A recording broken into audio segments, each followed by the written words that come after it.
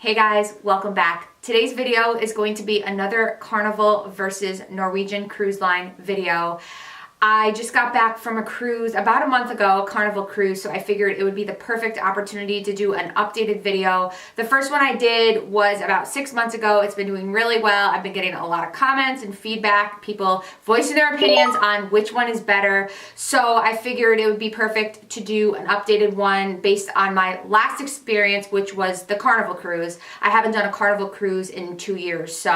But anyways, this is going to be a little bit shorter of a video. If you guys are looking for a more in-depth comparison, I will link my first video down below. This video isn't going to cover food or entertainment, but it's got about, like 6 different topics that I wanted to hit on. Some of them are repeats from my first video. Some of them are new. But anyways, don't forget to subscribe to my channel, hit the like button and the notification bell down below. And without further ado, if you guys would like to find out some of the differences between Carnival versus Norwegian, then just keep watching. Before I get started, I just wanted to mention the cruise that I just got back from about a month ago was on the Carnival Victory. It was out of Miami and it was a 4-day cruise. I was going to visit my parents in Florida, so we all decided to do a shorter cruise. Now, that ship is an older ship. It's a smaller ship, so I feel like that can make or break your experience on a cruise, especially if it's like your first time. I've been on newer ships and they have everything. And even whatever cruise line, it doesn't matter. Newer ships are always going to be better. So I figured I'd mention that. So this ship, it didn't even have a steakhouse. It had very limited options. But if you guys are interested in seeing what the Carnival Victory looks like, what the inside of the ship looks like, and what the islands look like that we went to Half Moon Cay, which is Carnival's private island, and we went to Nassau, but we did the excursion, which was Balmoral Island, which was really nice. I have a video that I put up about a month ago that I will link down below if you guys are interested. So I apologize if it keeps getting really bright and dark. I am sitting in front of a window and the sun is getting really bright, so I do apologize in advance. So the first topic that I want to cover, I think I covered it briefly in my last video, is the drink package. When I say drink package, I mean alcohol. So if you guys don't drink, then this probably wouldn't pertain to you.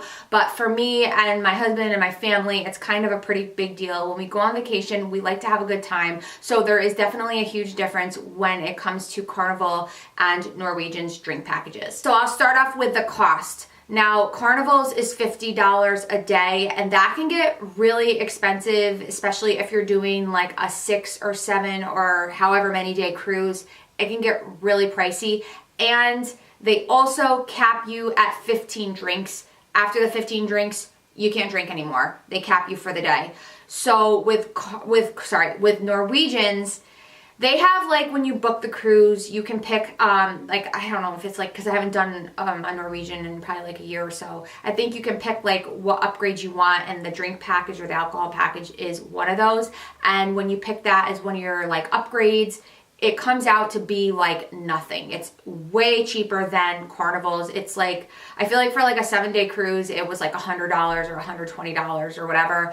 If I can remember, I know it's a lot cheaper than paying the $50 a day, which could be like $400, $500, whatever dollars. So Norwegian's drink package is way more affordable. And then they also, there's no limit. You can have 30 drinks in a day, they don't care. So that, and depending on how much you drink, that could be huge. So those two aspects, Norwegian definitely wins with the cost. There's no limit how many drinks you can order in a day. The next thing is on Norwegian, if my husband wanted to go get me a drink and him a drink at the same time, walked up to the bar, or, one of the waiters was coming around taking drink orders, he can order like as many drinks as he wants. They don't care.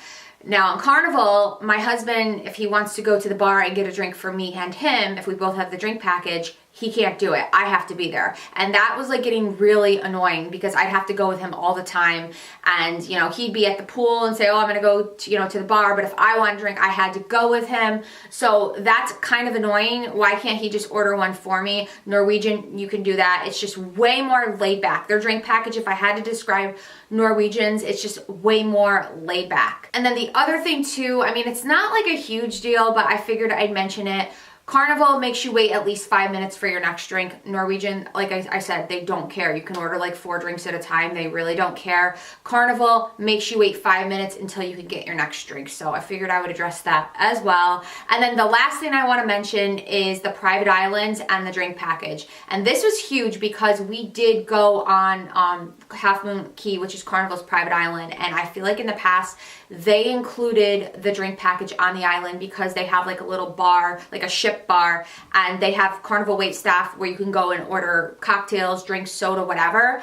And on this cruise, we were super pissed because we paid the $50 a day, and on the island, you're not including the drink package. So, like, you know, either you have to just start drinking really early in the morning before you go to the island, and then when you get back around 6 o'clock, 5, 6 o'clock, you start drinking. That, like, they should definitely include it. If you're paying the $50 a day and you're on their private island where they have people working, it should definitely be included, because on Norwegian's private island, if you have the drink package, you can get as many drinks as you want on that private island as well. So that's like a big difference. And again, like, it's a little disappointing because we've been saying this for a couple of years. Why hasn't Carnival stepped up their drink package? That's kind of like lately why we've been doing Norwegian more so than Carnival. So that's like pretty much what I wanted to cover for the drink package. Norwegian definitely wins in that category. Carnival is lacking. They need to just maybe revamp it or make it more comparable to Norwegian's. So the next topic is the safety briefing, and I think I covered this in my last video too, but I'm just gonna recover it based on my last cruise experience. So, Carnival, again, like, their safety briefing, it sucks. And it basically what they do, or if you guys aren't familiar with a safety briefing, the first day you get on the ship, before you set sail, they do a safety briefing. Basically, in case of an emergency, you would know where to go on the ship to get on your boat to get off the ship. So it's a drill that every ship has to do no matter what cruise line you're going. But cruise lines have their different ways of doing it. So Carnival's, it's like so annoying. They basically, you look on your key card and it tells you what muster station to go to, and then they tell you what part of the ship you have to go to. They line you up like in rows. You're next to people. It can get claustrophobic, and depending on what port you're at, you're outside, so you could be sweating your ass off. And we were in Puerto Rico like 4 years ago and had to do this, and people were fainting. It was that bad. So we were in Miami. I mean, there was a breeze, so it was still hot, but it wasn't like, you know, you couldn't tolerate it. And they line you up, and again, it's just like there's, I don't know, I'd say they line you up, you're next to people like this, and there's rows and rows and rows in front of you along the outside of the ship. So it sucks. And again, like, you're close to people, it's hot, it can be claustrophobic, and then you're waiting for them to start the drill, which could be like another 20 minutes or so. Like, we were standing there and just waiting for like 15 minutes or 20 minutes for them to start, because they're waiting for everybody to come. You know, they will check your rooms too. They make sure that everybody's out of the room and at their muster station. And like, if you were thinking about trying to skip it, I think my parents tried to do it once, they caught them. So Norwegian, and I will even say Princess Cruises too, because my parents did Princess. They said the same thing. Norwegian's is way better. What you do is, depending on what your muster station is, you go to a certain part of the ship. It could be the main dining room, it could be the theater, it could be the casino, whatever. And you get to sit down, you're indoors, you get to relax, and they have like a little, clipboard, and they just check your name off. On Carnival, they have the clicker and they count how many people, They also do, it was new, they do take your card and scan it to make sure that you're there, but they also have the little clicker that counts people, which is like stupid. On Norwegian, they just check you off, and that's it. And you sit down, you relax, and they start it pretty shortly. It's literally like the whole thing. It's like 10 or 15 minutes. They do, you know, they do the whole safety briefing with the life jacket, showing you what to do in case of an emergency, and you're sitting down comfortably. It's crazy because I believe Carnival owns Princess, and Princess does not do that. Princess is like Norwegian's, where you get to go to a certain part of the ship, sit down, relax, and just watch them walk you through it. So the safety briefing with Carnival, it stinks. Prep yourself if you're going to do Carnival. Prep yourself for that damn safety briefing. So the next couple topics are going to be topics that I didn't address in my first video. So this actually, was something that I wasn't even going to mention in this video until the last night of the cruise. Luggage tags. So normally on every single cruise I've gone on, Norwegian or Carnival, the last night of your cruise, the room steward that cleans your room, they leave luggage tags with your zone number to put on your suitcase if you are gonna have them take it the night before, if you're not gonna walk it off the ship or carry it off the ship, your suitcases. And that has always been the case. And so this time, and we've done both. We've walked it off the ship the morning of, and we've put it out the night before. So we were actually gonna put our luggage out the night before so they could take it and we could just walk off the ship with just our carry-on, whatever. So we're sitting there and I'm like to my husband, I go, they never left the luggage tags at all. And we were like wondering why. And then we called the front desk and they're like, the front desk told us, I think the front desk told us something different. They're like, oh, you should have gotten it or whatever. But then the room steward told us, no, you have to go to the front desk. Everybody has to go to the front desk to get, or the main lobby to get your luggage tags. They don't leave them in the room anymore. And then I think he called again, the lobby or whatever, and they said, yeah, guests have to, if they want their luggage tag or their zone tags, whatever, they have to go to the front desk and get them. And the thing is, if you are a platinum member, which my parents are, we're not platinum yet, and that's basically the levels of how many cruises you do, you get perks. So I think we're still, I don't know what we are. Again, I don't know what it's called, maybe gold or, but platinum. If you're a platinum member, then they leave your zone tags or your luggage tags in your room for you. Everybody else has to go down that night and go get it. So that's like kind of, I don't understand that. That's definitely a new policy of Carnival's, and it's definitely inconveniencing because the last night of the cruise, you're trying to get all your stuff together, pack your suitcase, get everything together, and instead of it being right in your room, you have to go back out there. So I figured I'd mention that if you guys weren't aware with Carnival, that's a new thing. And I did Norwegian like a year ago, and I don't know if they've changed it to match Carnival's, but I would still think that they leave the zone tags in your room with Norwegian, but with Carnival, that was a new thing. They don't leave it in your room, and we were like, that sucks. Why change it? Why make people have to walk down there? So the next topic is going to be private islands. And this actually was one of the main reasons why I wanted to do a Carnival cruise, because I absolutely love Half Moon Cay. It is absolutely beautiful. Again, if you guys watch my video of the Carnival Victory Tour and the islands, you will see Half Moon Cay, and I think you'd agree with me.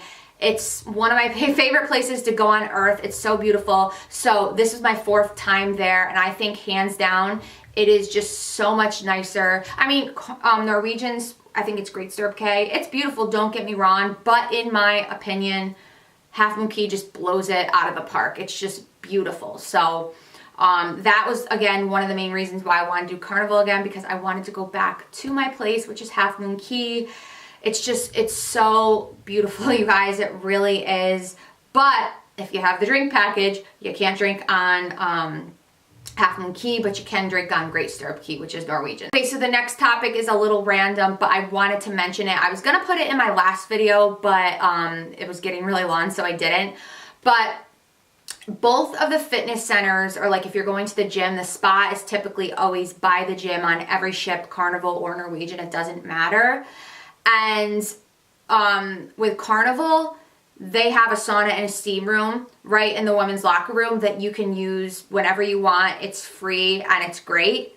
Norwegian makes you pay for the steam room and the sauna, which sucks. So that I figured I'd mention if you guys are wondering, because I didn't work out. I think I maybe worked out once because it was like a 4-day cruise. So I went to the gym once, I was trying to, be on vacation and not worry about that kind of stuff. But I did go to the gym once and I went in the sauna afterwards. It was really nice, and it's included, which should be. Norwegian doesn't include it. You have to pay, I don't know what they call it, like a Cloud 9 spa, whatever. You have to pay extra just to use their sauna or their steam room because it's considered an extra amenity. So the last topic, I feel like a lot of people on my last video are kind of getting I don't know, like a little nasty with this topic, but it's the water, like the water package for water bottles, because you can't bring water bottles on ships anymore or on cruises because, and we used to all the time, we used to bring 24 packs. It was great back in the day. Like this is like 2010, 11, 12.